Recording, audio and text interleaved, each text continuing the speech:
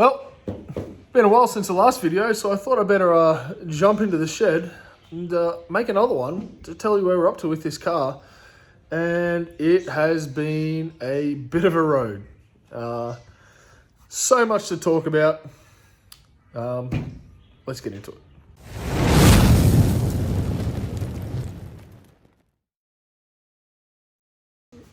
So the last video I did, I was talking about the issues that I've been having with getting my engine sealed and built and into the car. Oh, sorry, built and sealed and then into the car. And it has happened. We got it built, got into the car the week of the last race meet out at Morgan Park, and ran it on the Friday, got it done, raced it the Saturday and Sunday, and you can tell right off the bat the thing wants to go. It just wants to take off.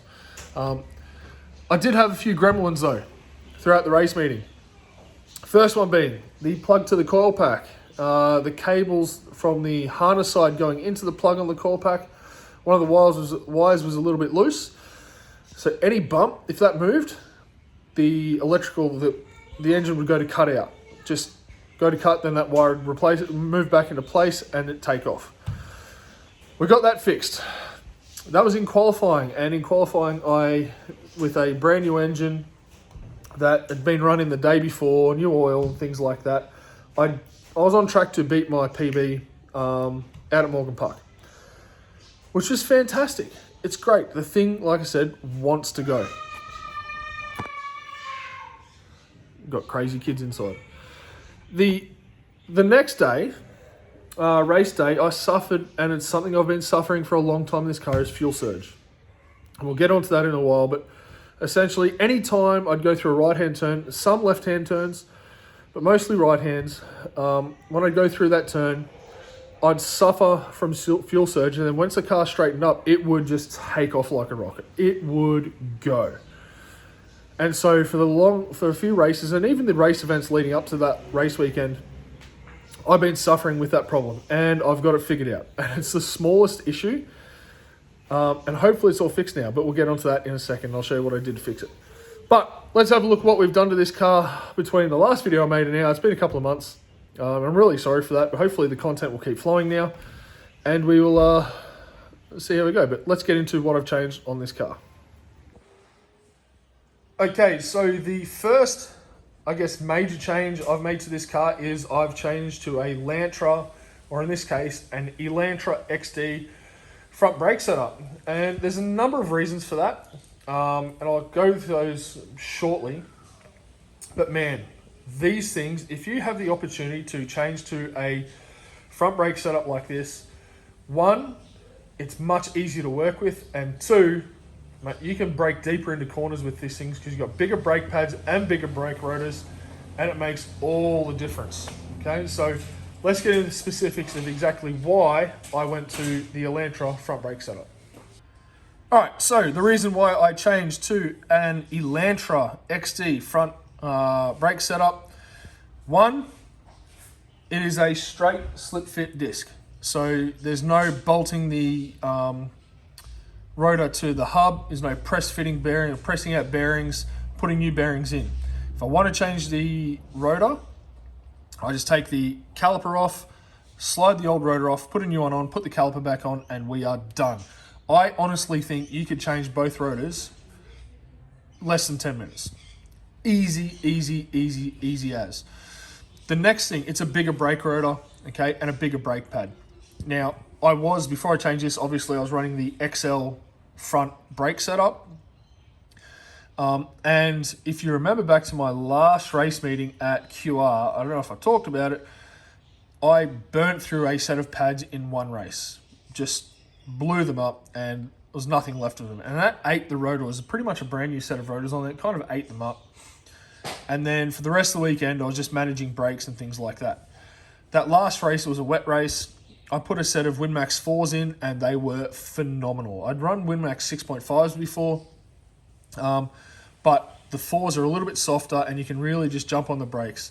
However, I did order a pair of WinMax 4s, and I have another set of WinMax 6.5s there for Elantra if I do want to go that route. The rotors, I don't have to go for a specific high-end, like high carbon rotor.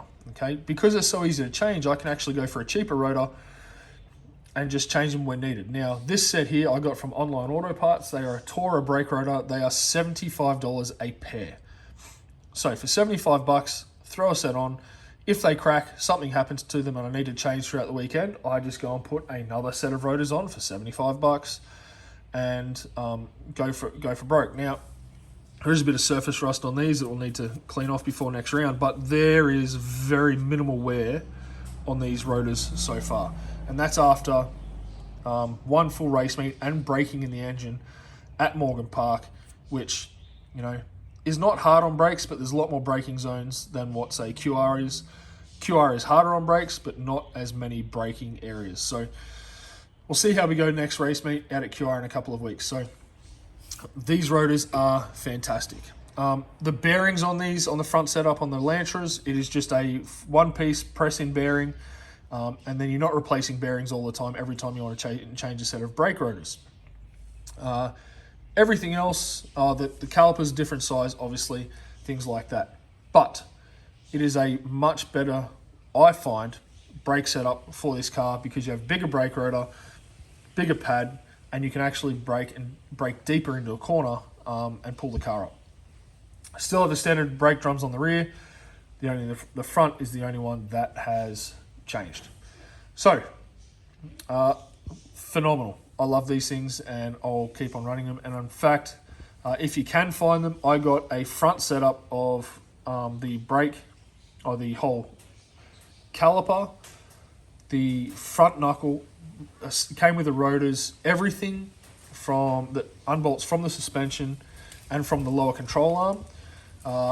I got from the wreckers here where I live, and I think it cost me $110 like for both sides, so $55 a pair, $55 each.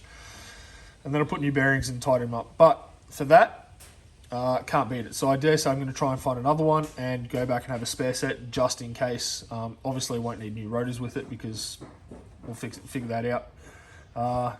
If we need to change the front upright or front knuckle. So that's my one of the big changes I made to the car was the front brake rotors and the front brake setup. Now, like I said, phenomenal. The other big change came from figuring out why I was getting fuel surge all the time. Now, I put a post up asking what it could potentially be, and if anyone has had any issues with fuel surge. Now, a lot of people have said, and I did a lot of research, you don't have the 45 degree strainer on the bottom of the tank, on the bottom of the pump. Is your pump pushed all the way down into the tank? Things like that. Now, after doing a bit of research and pulling the tank out a few times beforehand, I knew for a fact my pump was sitting at the bottom of the tank and I have the 45 degree strainer on. The reason why I know that is because I had to contact my good friend Ross McLaren, and he got me a 45 degree strainer and I put it on the pump because when I put the other pump on, I had this 90 degree, wasn't going to work. So I put the 45 on and I knew for a fact it was sitting on the bottom of the tank. I still was getting fuel surge. Couldn't figure out why. Just got really frustrating, to be honest, because you're trying to race and you could tell throughout a race, it would only, on a 12-lap race, you'd probably get 8 laps in and then it'd kick in. Out at Morgan Park, the last race meet I did, it was an 8-lap sprint on the Sunday morning and it was cold and I got no fuel surge, none at all. So that kind of stuck out to me going, oh, that's a bit interesting. And the car was quite racy then. Every other race meet, it got really frustrating. A 30-minute race, you get halfway in and then it'd start to happen and it'd gradually get worse and worse and worse. And you're thinking, man, have I stuffed the engine? What's going on? It wasn't any of that. And in fact, it was something so minor, it's almost laughable. The tank was not venting one bit. You got the charcoal canister, obviously, and it vents through the charcoal canister and things like that. It was actually the vent on the tank that was not venting. So you had the float, and it was, I call it a float, a little spring. And when it's in the tank, you should have the spring, the float underneath it. And the spring would push that float, I'm assuming it's a float, would push it down and let the air vent into the tank. On mine, it was around the wrong way. So I had the float up the top and the spring was pushing the float up and blocking off the vent hole for the tank. So essentially, anytime I went out, that tank was not venting at all. It was not allowed to breathe. So the tank was pressurizing. When a tank pressurizes, you don't get fuel flow very well. So I changed that. I've now fixed that. I rectified that. I had the tank out. I went through the entire fuel system on this car. I've replaced the pump. I've externally vented the tank, and I'll show you where I did it, because most people do it into an engine bay. I did not. I did it somewhere completely different. We'll see how it goes. But hopefully this solves our whole fueling issue, and we can make a go of it out on the racetrack. We might, now that it actually can breathe, could actually get a little bit more fuel flow through the fuel rail across the injectors, and we'll see if we get a bit more speed. But let me show you where I vented the tank. All right, so this is our left rear corner. You have the fuel filler hose right there, which obviously goes into the car there. And you'll notice that I've got a fuel hose running up there with a bit of a valve there. That is a rollover valve. And I'm venting it straight up near the fuel filler hose. So high up in the wheel arch. I've tested it. The wheel does not even get close to touching the fuel filler hole or that hose. It actually sits further back than the suspension. So to actually touch that, I'd need to get a massive whack in the rear, or the shock would have to fail and something big would have to happen, because the tyre would actually rub the shock before it actually hits that fuel, the rollover valve. And I've got that in, all zip tied up nice and neatly, nice and tightly up there, with a bit of a filter to help it breathe. Now underneath, if I can get down here, I'll show you in a second. All right, so we are under the car here. So I've got it clamped off there. A bit of a joiner. Now this fuel hose, this is an 8mm inside Doma fuel hose. The actual vent is a 6mm fuel hose on the tank. That there is just a motorcycle fuel line I picked up at MX store on the Gold Coast. I think it was like $8 a meter. And I've run it along the vent line here for the tank. And you'll see it there. And then it kind of kicks back along. And if I can get a bit of shot down here. There we go. It's there, and it goes back up along the tank. Now, if you know these fuel tanks, there's a bit of a groove that a line can sit in. And I'll just run it straight up along that tank, up into the vent hole on the tank. So it's vented externally, right up here. And if we go this way, you'll see it. There's the rollover valve, and then that is the filter all the way up there. Nice and neatly tucked away. So it is not running to the engine bay. It is running straight to near the fuel filter, or fuel filler, sorry.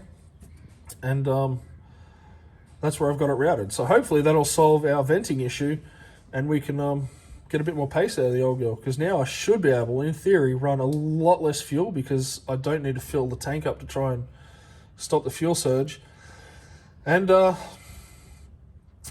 get a bit of weight out of the old girl and see how fast we can make this thing. So now we've got that installed, that means we can then go get rid of the charcoal canister in the front of the car and put that aside, and because we don't need the fuel rail or the fuel system to vent through the charcoal canister, because we've got the external vent. So I can now pull that out and block off the inlet to the manifold, the inlet manifold that's connected to the charcoal canister, which helps vent the fuel tank through the system. Bit technological, bit detailed, but that's where we're going with this. So hopefully, now that that's sorted, we can get a bit more speed out of the car and hopefully go a little bit faster. And it'll be very curious to see how we go at QR in a couple of weeks to see if it all makes sense and if it all works. And if it doesn't, I'll be scratching my head going, what the hell's happening with this car? Because it's the only thing I can find. There was one other thing I did find, and probably didn't help the situation. Also, the hose going from the hat on the tank to the pump had a small little hole in it. So my guess is also that when the fuel would drop lower than that hole, it would suck air, and air would get into the fuel system. That would also cause a bit of fuel issues as well. So I replaced that hose, just got some submersible fuel hose, replaced that, and hopefully we're good to go now, and we can have no more issues with our fueling. So now it's just a case of getting the car set up, all ready to go for QR, which is the 9th to 11th, I think, of August. That weekend, anyway. Get it on track and see how we go. I do plan on doing the practice day before, on the Friday beforehand, if at all possible. Just testing the car out, making sure it's all good to go, and see if our issues are resolved. But I'm confident, pretty confident. So hopefully that'll allow the engine, now that it's built, to actually just get its legs under it and start taking off. And by all accounts, even with a built engine, it takes a while for it to really reach its potential because it has to loosen up a little bit. So we shall see what happens. But that's the goal. Round 4 of the state championship. I'm currently sitting third in points in the Masters category. And honestly, I think that's purely down to consistency because can't be down to speed. So yeah, 13 points in Masters. If I can just try and be consistent, I'm hoping to just try and maintain third place, although it will be tough. And see what we can come away with at the end of the race meeting. And then after that, we have a 3-month break until the last race meeting of the year, which is at Morgan Park in November. And we can make a push there as well. So it is now time for me to start putting this car back together.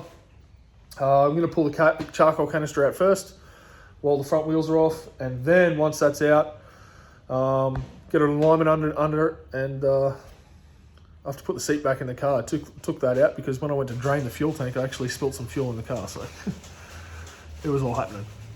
So, time to pull the canister out and see what is involved there.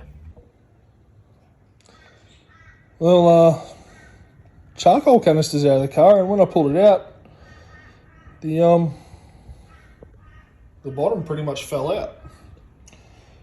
Luckily, I was able to most of the granules that were inside I could keep in there, and just tipped them in the bin, but she was well and truly stuffed. So that's going straight to the bin, and now we just have to I'll just cap. I've got 2 lines down here I just need to cap. One goes to the tank, which in theory, if all goes well after this next weekend racing, there's no problems because it's not actually connected to the fuel tank right now. I could probably get it because that's just the breather line to the fuel tank. So now that's done, I could get rid of one of them. The other one goes to the purge on the manifold. And then I have to, that sensor just there is actually, sometimes if you remove that, you can make the ECU play around and muck up. So I might just keep those hoses there for the moment and just cap them and see what happens. But charcoal canister's out. Happy days. She's all buttoned up. We've got the wheels back on now. It is good to go. All I need to do now is just give it a good wheel alignment, get the seat back in the car, and also I'm just upgrading a few pieces of my radio and drink kit to see if I can get just a better balance. I on how I've made it. My goal is to eventually possibly start selling them. If you're interested in one of my radio and drink kits, let me know. I'm starting to put a bit of a price together on what it would take to actually produce these. They're obviously not going to be like... It has to be a custom-made thing. I don't want to have just a bunch of stock sitting around waiting because it takes a bit of time. The actual holder for the drink bottle itself takes about 24 hours to print, so it takes a bit of time. But that being said, it's just a few little things now to button up, a few zip tie things like that. Get a wheel alignment in the car and see if the nut between the seat and the steering wheel can actually put down a fast lap time. Now that we've got our fueling issues started, and I gave it a bit of a start up just before to see if it all works. Oh boy, it's got it. It just seems like now that there's no restriction on airflow into the tank and the vent, that it has a bit more. The sound's different, I think, and we'll wait and see how that translates out on track, because it's the way fuel tanks work. If they pressurize, the amount of fuel that flows to the engine and across the fuel rail is limited. And so now that that's been fixed, obviously we shouldn't have any more fueling issues in theory. And it should be right to go. And if we can get the right amount of fuel to the fuel rail, and it'll be all right. The right pressure across the fuel rail, which it's still the same pressure, but you know, I've never seen the pressure when there's been fuel surge in the tank because the tank's pressurized. So we'll just wait and see. But it's all good to go. Time to button things up and get it out on track. So the next video I'll probably see you is out at QR. Giving it a bell, see how we go. All right, guys. Thanks for tuning in for this bit of an update video. Hopefully I'll bring more content for you guys soon. Now that we've got this issue sorted, man, it was a mind bender, this one. Just trying to figure it out. But I'm super stoked that we've got it sorted. And see how we go at QR. I'll talk to you later, guys. Bye.